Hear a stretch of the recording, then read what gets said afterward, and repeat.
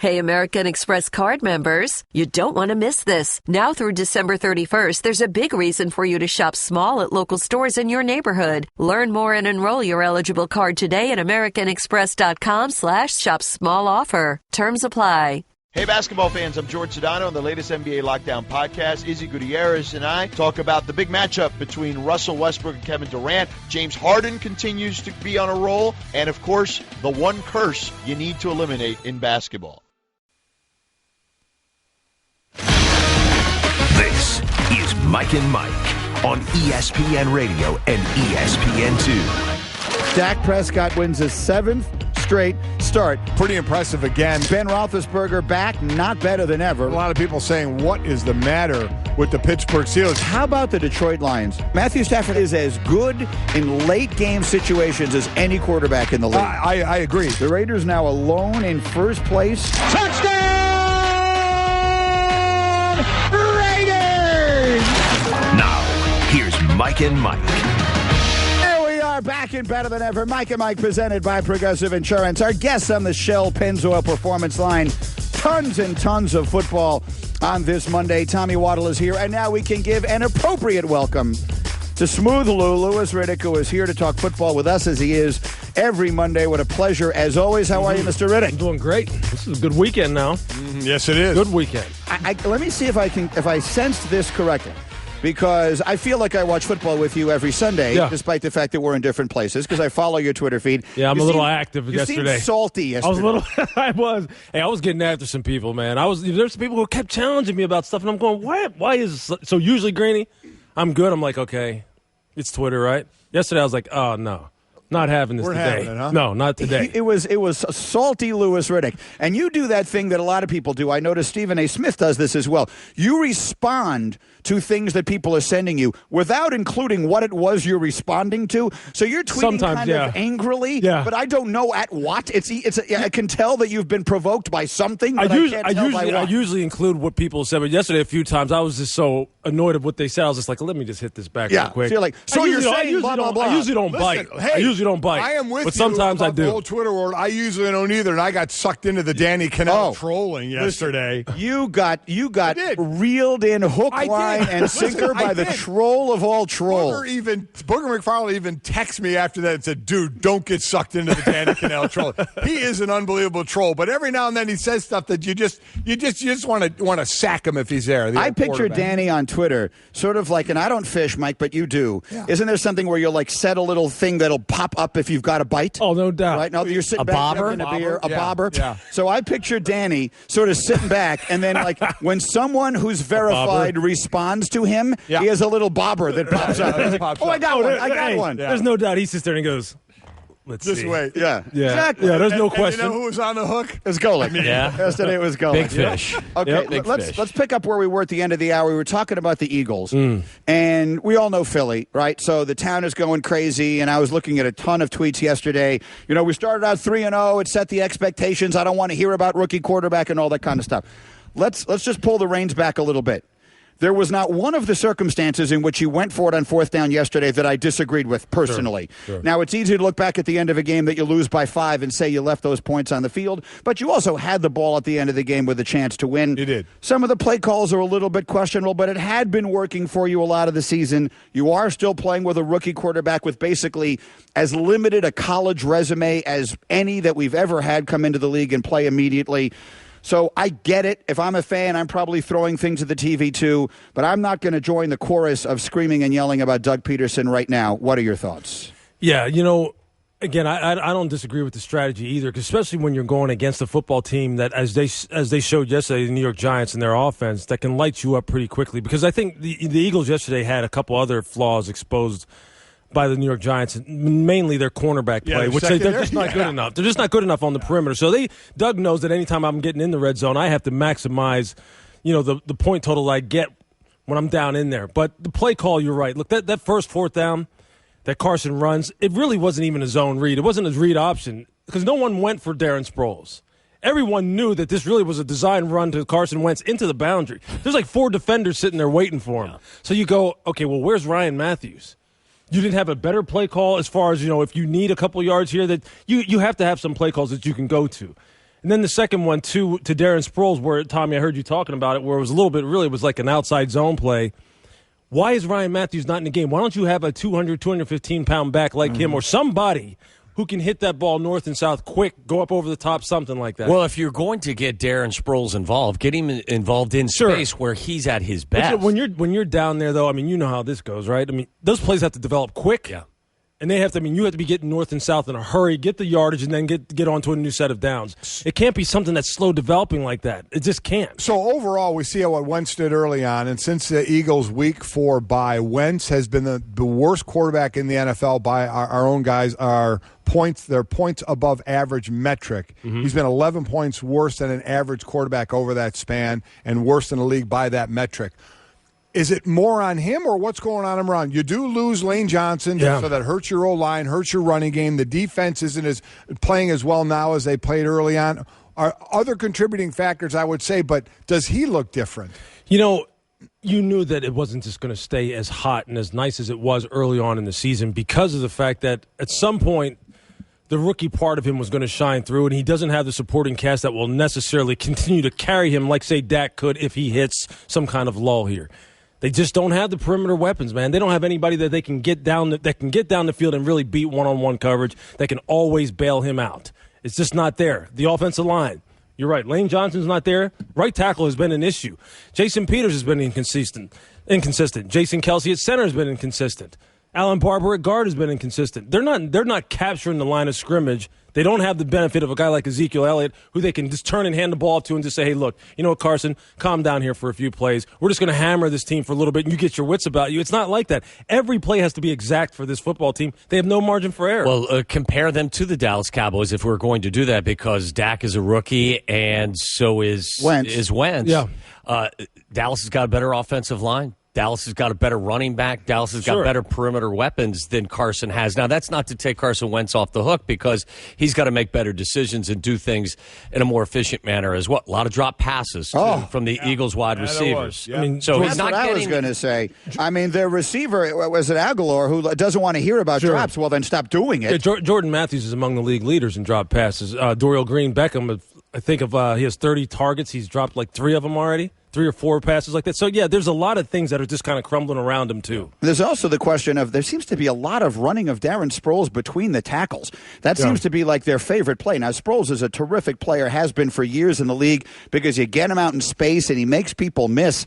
I don't know that running Darren Sproles between the tackles as often as I feel like I see them doing that is necessarily playing to his strength. Yeah, they just don't have the people that they trust to do what they want to do. So whereas earlier in the year, I mean, Doug was really on a roll as far as the play calling and trying to emphasize the short passing game, the screen game, the draw game, getting Darren out in space. Well, now teams kind of got hip to that a little bit. They're kind of coming down on this offense and squeezing this offense and constricting it, knowing that you can't beat them deep. And when that happens, look, your margin for error is like slim and none, and that's where they're at right now. Look what they're doing now. If they're not a threat to run the football on you consistently, you'll see a lot of two-man, or you see a lot of cover two. Yep. You're not threatened by the running game. You're going to disrupt the wide receivers at the line of scrimmage. You're going to make Carson hold it just a split second longer. There you go. And, now you got yourself a handful of problems. And when you start to get exposed on the corners, as they are on the defensive side of the ball, that's just more pressure on the play caller on offense going, we got to score. We can't accept 3. We have to get 7 because this other team may light us up in any minute here. So it's all kind of coming together in not a good way. All right, Lewis, give me some Straight Talk, brought to you by Straight Talk Wireless. Best phones, best networks, half the cost. The Cowboys currently have,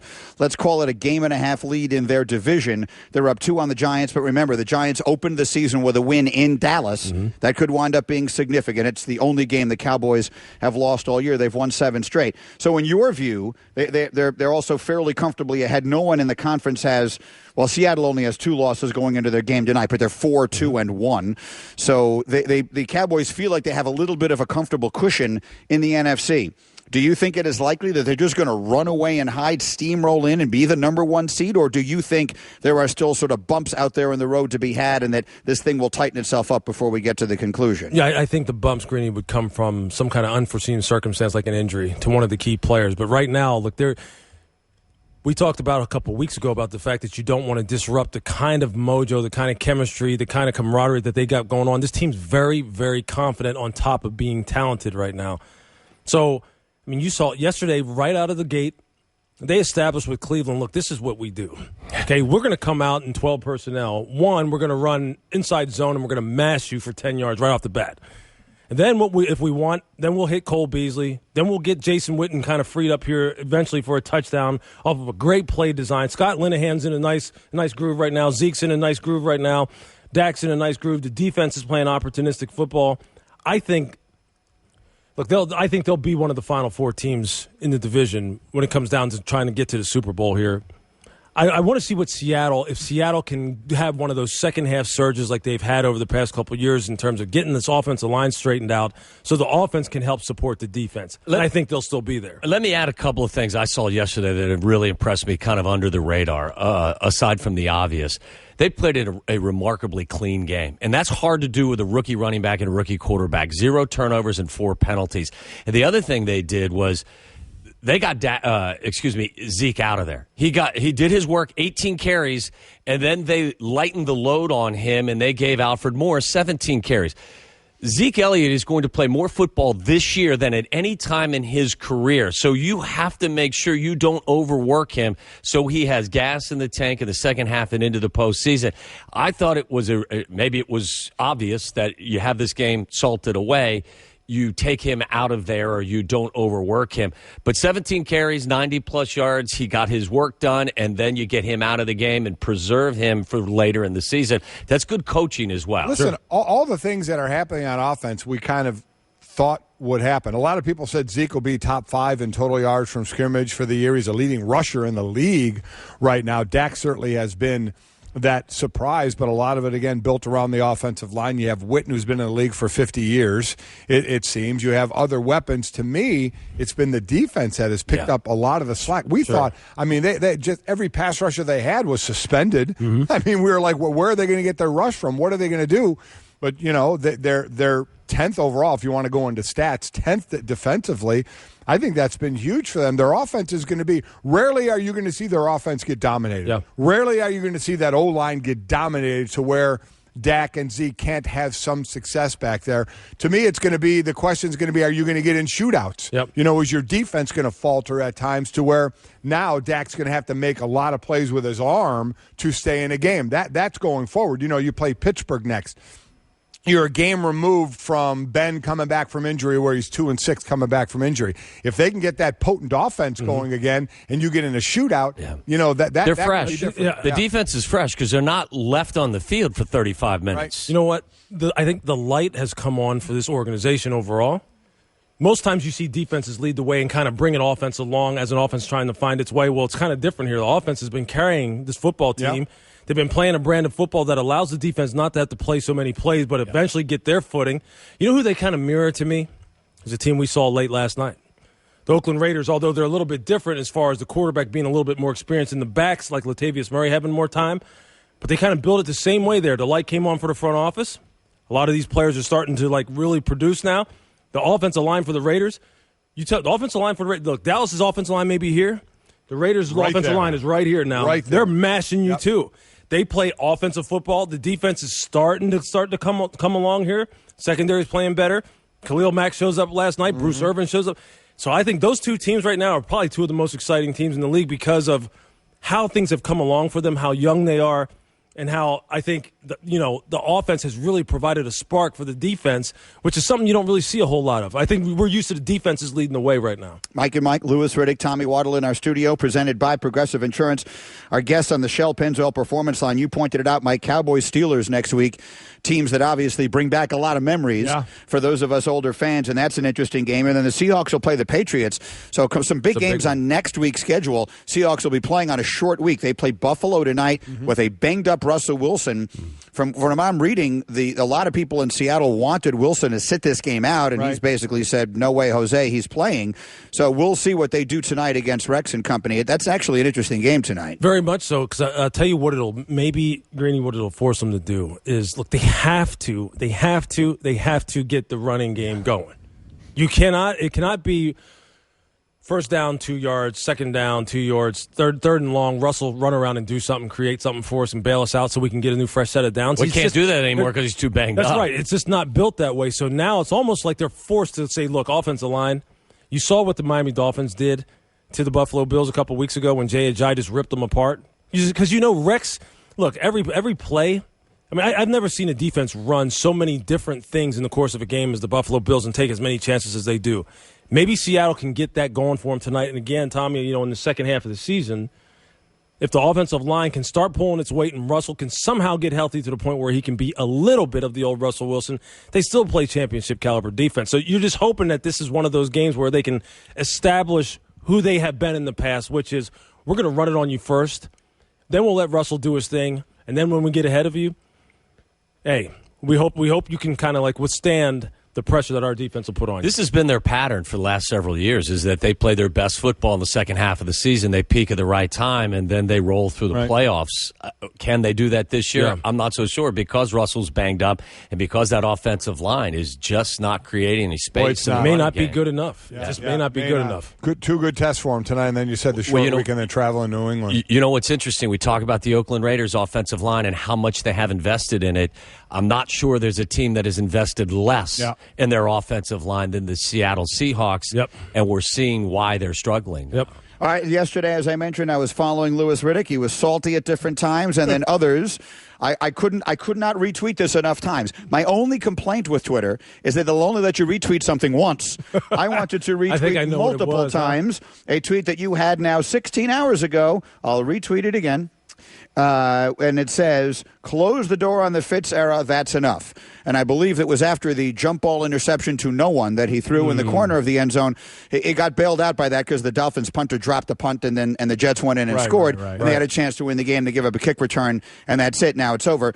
So, but your thoughts on the Ryan Fitzpatrick decision that the Jets, at least for the moment, feel as though they've made to keep him as their starter? I don't agree. I mean, I don't understand. I'm exasperated about this thing, quite honestly, and I'm not really a Jets fan, although I'm a Todd Bowles fan, and I respect him tremendously because I've known the man a long, long time. But the quarterback situation just is beyond me. Look, Ryan is who he is. We've talked about it on here. He's been a turnover machine his entire career. He just has been. He's not a starter. He's a backup. He's supposed to play 3-4 games, get your starter, so your starter can come back from injury or something like that, and then he's back to the bench helping support the number one guy. Because his decision-making, the longer you expose him out there, is exactly what you saw yesterday. And the number two, I don't understand why they keep running the ball down on the goal line, down in the red area. Throwing the ball and putting the ball in his hands. I don't understand that. I mean, it's like, well, I know he has a great relationship with Chan Gailey, and I know these two have had some of their best years together, but I just don't get it. It's annoying because when you look at that defense, and I know the Dolphins fans like to get after me because I've been all over that franchise, and I kind of, going into that game yesterday, said Jay Ajayi won't go over 100 yards. And you know what? Jay Ajayi was getting stoned yesterday. Leonard Williams and those guys were owning that game until late when Ryan just started to play, Ryan Fitz turnover and throwing the football all over the place and giving it to other. That's when they started breaking down late in the game. And I'm going, see, that they're wasting a championship caliber front, the secondary notwithstanding because they've had their issues. But this team should be better than that. And you know how it goes. Golic, you see when a quarterback turns the ball over like that and the defense is sitting there going, are you kidding me? He's doing it again That's and when again the and again. Starts and you know what happens? Yeah. Subconsciously, you start losing your edge because you get tired of it. And I'm telling you, I see the Jets team just getting tired of seeing this kind of same thing play itself out. And we're watching the game. We're sitting over there in the green room watching the game. We're going, he's going to give it to him again. Watch. He's going to, if they put it in his hands and they don't give it to Forte, he's going to give it to him again. And the Dolphins are going to get back and boom, it happens every time. Look, and then you have the offense versus defense dynamic that doesn't work. I played on some bad offenses in Chicago where we would come onto the field and Richard Dent would look at all of us offensive players and say, just hold them. Because we'll be back and we'll score. Or say something else. We're the offense, and Rich is telling us to hold them. What do you need to hold them? I'm with you. Same thing in Philly. We went through this, especially when the injury started at the quarterback position in Randall. We had the old defense, and that crossover could be interesting at times. How do you just do it, or do you try and find a spot for Petty? Because in the next game they're playing the Rams. The Rams aren't great, but you know what is great? Their D-line. So do you wait till after that game because you have a bye to prepare more? But unfortunately, after the bye, you play the Patriots. England, yeah. So it's Bryce almost like just get him in there. That's what I would do. Yeah. Bryce has been, look, just put him in. I'm over that now. I'm just over it. I know, you know what? After he threw the interception, Green, he comes back the next drive and he throws a touchdown pass. On the back, the little short post in the back of the end zone, I'm going, that good figures. throw. Yeah, it was. It was, but you know what?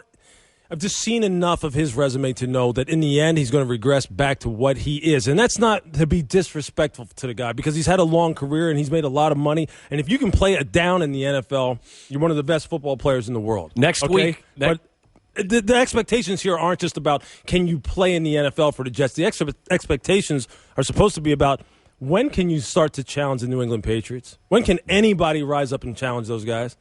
And that's what the Jets were hoping to do this year. I don't understand what's going on with the quarterback situation with the Jets or the Rams, to be honest with you.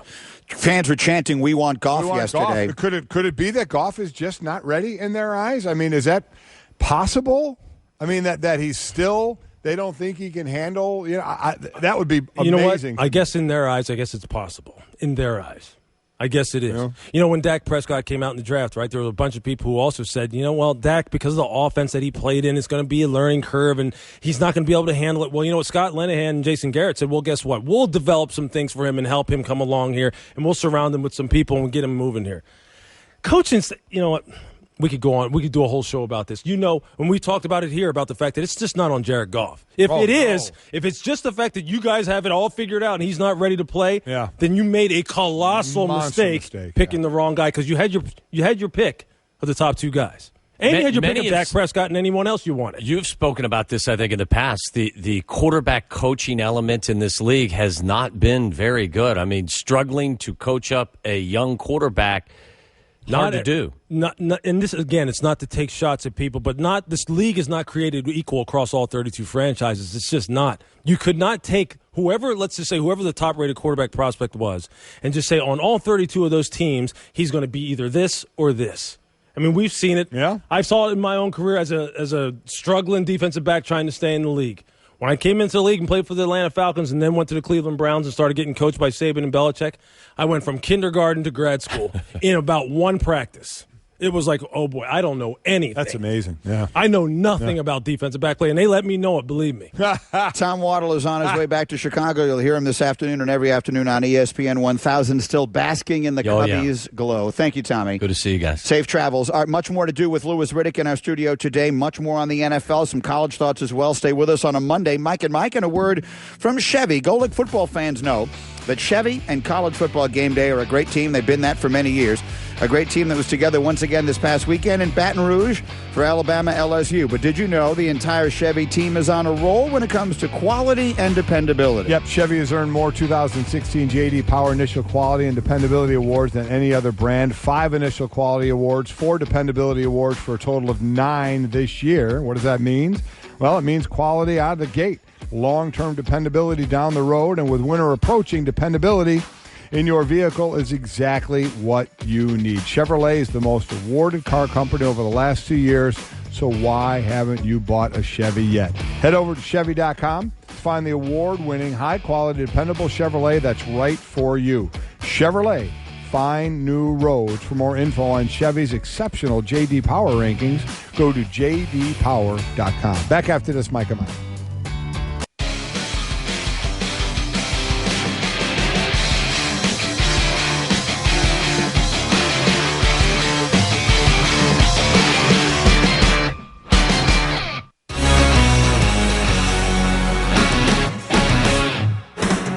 Takes the snap. They give it to Murray off the left side. This time he dives in. Marcus Allen style. Touchdown! Raiders! Murray with the hat trick. His third touchdown of the night. 95-7 the game. The play-by-play. Latavius Murray had it going. So did Derek Carr, and the Broncos did not. The Raiders take control of the AFC West. They're 7-2 after a 30-20 win on Sunday Night Football. Monday Night Football tonight's a big one for both teams. Bills and Seahawks in Seattle. Russell Wilson banged up but will play. It's 8:30 Eastern tonight on ESPN, and watch ESPN. And then you can watch ESPN tomorrow night, and you'll find out what the college football playoff rankings will say. Alabama stayed number 1 in the AP poll where the top 6 didn't change. It certainly will change in the rankings tomorrow night because Texas A&M had been at number 4. SportsCenter is brought to you by Campbell's. What if I told you there is a secret fantasy league where 6 NFL superstars draft teams of everyday guys just like you? It's the Everyman All-Star League fueled by Campbell's Chunky Soup. Get drafted at everymanleague.com. Louis Riddick in our studio here. For those of you with us on ESPN2, you just saw we showed you a couple of plays in which Cam Newton gets contact to the helmet, whether that is inadvertent or not. And Golick, you pointed out one of the two plays is sort of a textbook play by the lineman Aaron Donald. Mm-hmm. But the reality is in the NFL, those are called. And we're going to get them up on social on Twitter at Mike and Mike for those of you with us on ESPN Radio so you can see them. And my question is, how in the world is it that Cam Newton has a phone conversation with Roger Goodell? The entire football world spends the week talking about this. Every game you watch, if you are like I am, and we all are, you watch the red zone, you see plays all over the place where far less contact with the helmet than that is called. How does Cam Newton not get those flags again this week? I'm a little surprised because they were both. A lot of times we talk, Lewis, if he's running out of the pocket, but still a quarterback, he still should get the benefit of a hit to the head. Certainly not when he's running the ball. These are two shots right in the pocket. First by Mark Barron, who you're right. He is a vicious hitter. Yes, he is. He is absolutely a vicious hitter, and quite honestly, I love it. Mm-hmm. But he does throw the forearm into the shoulder, but he does get him with his face mask in the helmet of Cam, and then Aaron Donald does the same thing. Aaron Donald kind of jumps in the air, wraps around him, and his face mask is right in the helmet. Now, I'll say again, I can't stand the fact that is a penalty. Yep. That if you have your head up, heads up football, head up, your face mask is actually hitting. Your face mask, to me, is a heck of a lot dangerous than the top of your head when you're putting it down and missiling. So, yeah, your face mask up. So I hate the fact that that's against the rules, but it is. Yep. If your helmet touches the helmet of the quarterback, it's got to be called. And these are two instances where he was hitting the helmet again and they weren't called. Both of those plays, the way Mark Barron came in there and tried to lower the boom on him, and the way Aaron was kind of like, you're right, he didn't launch, but he did jump, he tried to tackle Cam high because they're trying to strip the ball at the same time, and they're trying to hit him as hard as you can. And many times when we're watching these games on Sundays, over in the green room, and all of us are over there watching them, we'll sit there and we'll laugh over the fact that, flags get thrown for roughhousing, meaning, you hit him too hard, that's a 15-yard penalty, because that's really what the NFL has become. Well, these kind of plays where these guys, and look, again, I'm going to say it like this. The way Barron tried to hit Cam and the way Aaron Donald tried to hit him, that's how we used to all try to hit. And we like that. We like that kind of vicious, tough, physical football. But those are the kind of hits in today's game that usually draw flags when you go anywhere near the head. And these guys hit them high. Whereas you see a lot of people now purposely going low, hitting them in the midsection, hitting them, in the thighs. Right. That kind of play, to me, Greeny, to answer your question, I don't know how that's not called, given the kind of exposure that Cam in particular got last week. I don't know how you missed that. With Roger I don't know how you missed that right there. I don't. And here's the thing. I watched on social as after those plays some of the reaction, and much of it, Mike, was about what you were saying, which is those shouldn't be penalties. They shouldn't. Okay, but I get it. But that's not the conversation. Right. We're not talking about what should and shouldn't be penalties. We're talking about what's called. It feels like in every other game that you watch in the NFL, and for some reason with him, it's not. There was that shot by Barron, when you see the head really move, that to me is more the forearm hitting Cam in the shoulder. That's the brunt force of it. But the face mask still hits the helmet. So I guess I just keep reiterating that because I can't stand it, Greeny, when you have a face mask up. But it is called today. I hear you. I agree with you. I know what you're saying, and I don't think you're wrong. It is called today, and he's standing right in the pocket when it happens. Look, the NFL doesn't like those kinds of hits. They've been trying to get rid of those kind of hits where a guy comes in. Back in the 80s, early 90s, everybody used to tape their forearms from wrist to elbow, and guys used to throw hammers like that all the time. And that's kind of how Mark hit him. Even though he didn't hit him in the head, he hit him the way Jack Tatum used to hit, Dennis Smith used to hit, where they used to get some extra force in hitting you like that. The NFL doesn't like that. So even though Mark's hit, I don't consider dirty at all. The way his head snapped, the way his face mask hit him, that's just a penalty in today's game. And yesterday when those two plays happened, I tweeted the same thing. I said, what does Cam have to do in order to stand in the pocket, get hit like that, have helmet-to-helmet contact, and get the flag? What else does he have to do? And what's interesting is some of the response I found kind of interesting. Most of it was, look, this is ridiculous. You need to call these kind of things. But some of the response was, well, maybe he ought to stop whining. Maybe he should stop crying to the refs. Maybe, ever since he started crying to the refs a year ago, refs, maybe they have it out for him. And they're saying, we'll teach you. Yeah, the whole and you know what? I'll tell you what. I'm not going to accuse anybody of that kind of thing because that's kind of going down a road you don't want to go down. But you tell me what has to happen. Does he have to just be flat out knocked out, and then you call the penalty? There's one thing if you're in baseball, if you kind of mouth off to an ump and don't get a strike call or something like that, Sure. But in football, when you're getting hits to the head and they so call them the least bit of hit of a head, that if that were the case, if this is kind of the ref saying, well, you're not getting a benefit of the doubt, man, then the league really needs to they got a big problem. You may not like all the complaining, but the dude does take some shots. Those shots are hammer shots, man. They are. And I love them. Me too. Call them today. I love them too. Call them today. And to be clear, we're not allowed to post those on our Twitter site because the NFL has now made a rule about showing video. But if you look around online, you can easily find video of the two hits. And I agree with you. The football that I grew up with watching and that you guys grew up playing, those are mild.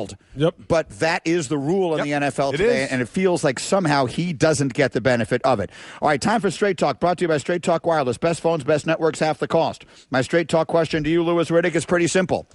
Are the Oakland Raiders the most legitimate threat to the New England Patriots in the AFC this year? Yes. Yes, I think they are, and I'll tell you what, I think the Chiefs would be the other in that same division, and the Broncos will be too, as long as if they can get that offense on track and they have all their weapons on the defensive side of the ball, meaning Aqib Talib is healthy and Kayvon Wetzer, and everyone's there, and Derek Wolfe is okay, and he can play too. But the Raiders right now, what is happening is that offense is bringing the defense along, and the defense is getting more confident, and the defense is making more plays. The corners are making more plays. Carl Joseph's making more plays. Yesterday, you saw Khalil Mack starting to look like the Khalil Mack that we saw really come on last year. Bruce Irvin's making more plays as a pass rusher. If they can do that, look, this offense, I believe the offense is already championship caliber. This offensive line, like I said, if the Cowboys' offensive line is number 1, this offensive line is number 1A. Latavius Murray looked like a monster last night. Amari Cooper looked like someone who was trying to say, hey, look, I'm one of the up-and-coming stars in this league. Michael Crabtree is going to be there. And Derek Carr. Look, I've said there's nothing more I can really say about Derek Carr. I think he's one of the superstars of this league, and he's going to be a superstar for a long time. So I think this team, if they can play defense well enough to where they're not getting the ball thrown over their head and they don't have problems stopping the running game like they did earlier in the year, they'll be right there. I had said Pittsburgh could be that team, but not defensively. Again, 31st in sacks. Their leading sacker, Cam Hayward, is only 3. Yep. But offensively, they're such an explosive team, but not right now. And Ben kind of did his Ben thing coming back from injury. He's 2-6 now on his first game back from injury. So I'm still interested to see if that high-caliber offense gets going yet again. We'll see. But the reason Oakland is right there, Greeny, because they can control the ball. Derek Carr can throw it to the weapons they have, but the bottom line is they can line up with those 5 guys up front. They're 5th in the league in rushing. I think only going to continue to go up. And that running game takes you anywhere. You can play anywhere, anytime, in a parking lot, on another planet, or in somebody else's home field. You get big body on big body. You can control the ball. It gets you in a game. Can I just say this real quick? If you watch yesterday's tape of those two teams, you watch the Steelers and you watch the Raiders. And it's interesting that I just wanted to play off a point goal that you just mentioned. The Steelers' first play of the game yesterday with a hobbled Ben Roethlisberger, they come out and empty. They want to throw the ball. Right off the bat. They don't want to establish anything. It's, hey, Ben's back, we're going to throw the football.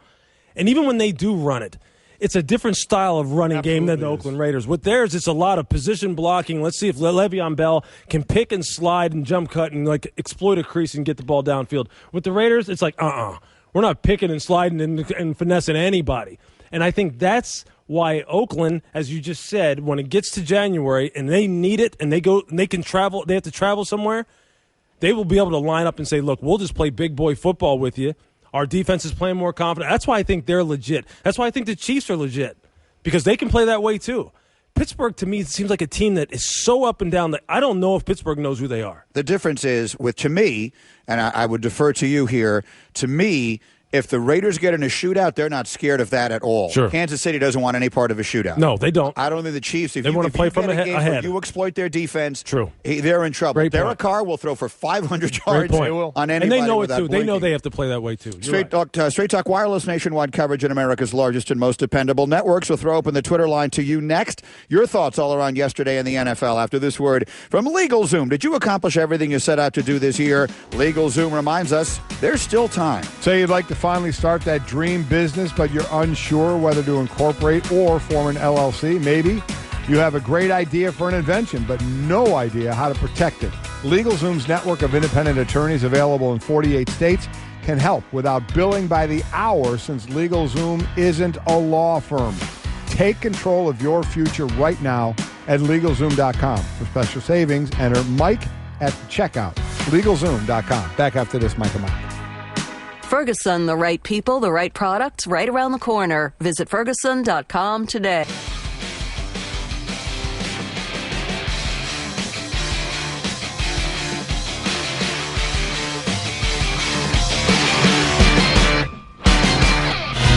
All right, Mike and all this Twitter reaction through the 1-800-Flowers.com Twitter feed, trying to make up for another weekend spent in your football lair.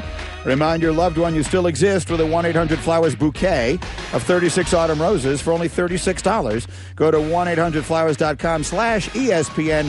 Hurry, because the offer ends on Friday. I'm looking at a few more of these tweets. Robert tweets at us, "Hey, Greeny, since the Raiders are in first, are they going to finish in first place? Hashtag Raider Nation." It's a tough division, Mike. You pointed out the Chiefs have a win in hand. I think it's a battle with the Chiefs. The Chiefs, you look at the way the Raiders are doing it, this young quarterback, Amari Cooper, flashy receiver, big old line, just running. The Chiefs are anything but flashy. They're the least flashy team there is, but can be an effective team, and that's all that matters at the end of the day. And the Chiefs do have a win in Oakland, so I do think it's going to be a battle between those two teams. And the Chiefs, I would caution you not to read too much into yesterday, because they were banged up a little bit yesterday. But when Alex Smith is back, when Spencer Ware's there, when Justin Houston comes back, and him and D Ford now, look, they've got that's a great old-fashioned AFC West battle now between those two. Plus, let's not throw Denver out yet. They still have a lot of pride there, and they'll be better down the stretch, too. I think Trevor Siemian, quite honestly, I know a lot of people don't like him. I know people yesterday, that was one of the groups of people on Twitter I was getting after, saying Trevor Siemian can't throw the ball. He can throw the long ball. They're just going to have to open it up. They're just going to have to let it fly with him and let him just kind of take some shots and let him take some chances. I think it's the best division in football at the AFC West. I think it's the most exciting, the top three teams. I by the way, will differ a little bit. I'm throwing Denver out. I'm saying they're done. I don't think – listen, by record, that's a ridiculous statement for me to make, but if you're asking me to look forward, I think it'll be a battle between Kansas City and Oakland. They also have by far the best last team of any division. San Diego's fun to watch. Sure. Yes, they're not bad. I was so close to clicking on him for DraftKings yesterday. Oh, he got off. Look, a year ago, Melvin Gordon was being considered a guy who didn't break enough tackles, was a guy who really didn't run with good vision, didn't have enough instincts, and now all of a sudden the guy looks like he looks like Chuck Muncie with better lateral agility. Yeah, and then the first touchdown pass. For all you people who don't know who Chuck Muncie is. Yeah, look it up. Google him. Is Phillips to or Rivers to Gates. It's like their 30,000th touchdown together. They're another one. I said it's like Witten has played forever. It's like these two have played forever as well. Yeah, this is a scary team now. Tim Guccione tweets, "What needs to be mentioned is the Giants finally got a lead and held it all game. Certainly wasn't without sweating it out late in that contest yesterday." Megatron tweets at us. I'm sure it's not that Megatron. Tweets, "Wentz desperately needs a go-to guy, someone who can actually catch the ball consistently." Look, they don't have a great team around Carson Wentz. No, they don't. And I think because of how hot the season started for them and how good Carson was looking against some inferior defenses, we were cautioning people to say, hey, look, he's going to hit some bumps in the road. They're going to play better competition, and some of their deficiencies from a roster standpoint are going to show. They're starting to show. One more I want to read here, and then we'll get to the Aaron Rodgers stuff. Christopher tweets, "How can you leave Zeke Elliott out of the MVP talk?" I said earlier this morning, right now my MVP is Derek Carr. I know some people, Mike, you brought up Matt Ryan. I think it's Matt Ryan, Derek Carr, and Tom Brady. Zeke Elliott. How about Zeke Elliott? Leading the league in rushing now. There's some very good players at the top end of this league right now when you're talking about the MVP discussion. And let's not also forget Matthew Stafford. Because what he did yesterday, he went right at the heart of the Minnesota Vikings defense when he needed to. And when that touchdown pass to Golden Tate, two of the Vikings' best players had him doubled on that play. Harrison Smith and Xavier Rhodes. How many teams do that? Look, Matthew Stafford, I know it's not one of those names that people want to have associated with the MVP just by virtue of the fact that it's the Lions. But this kid is playing lights out since the middle of last year. It's a fun time, I believe, for as much flack as the NFL is taking over the quality of the product and these hits with Cam Newton not being called and all.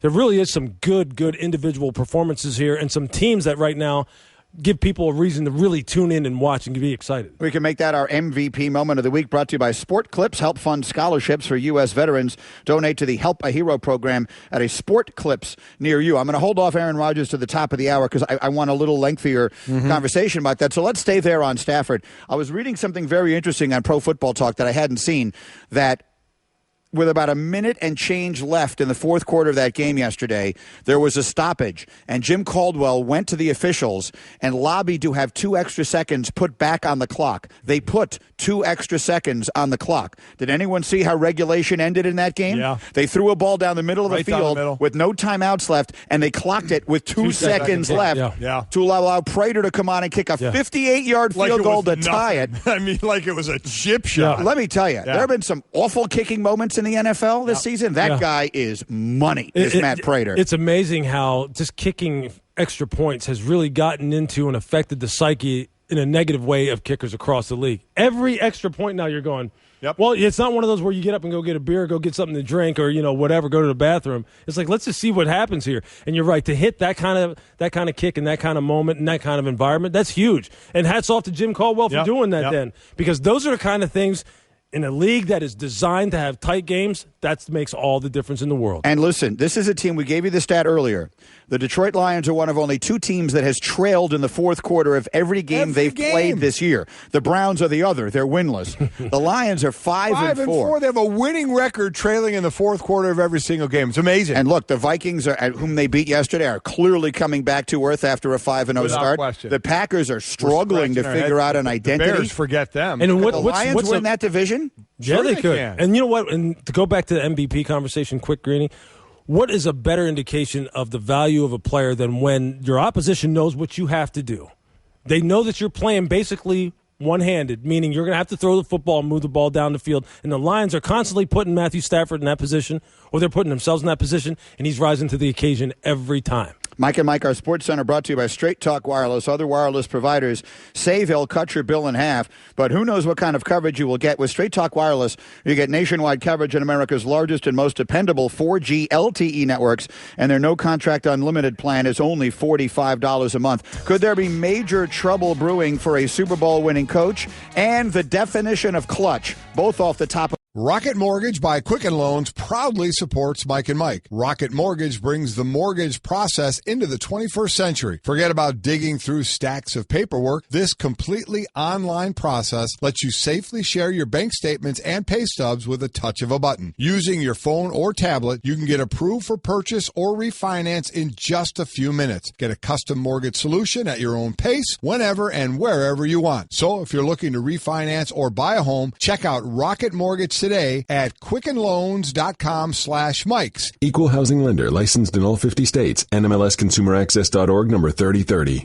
I'm Andy Katz from ESPN, along with my co-host Seth Greenberg. On the latest edition of the ESPN College Basketball Podcast, we are going to discuss the notice of allegations at Louisville and Seth Greenberg on a tour around the country. Go to the ESPN app and click on the headphone icon to get our podcast.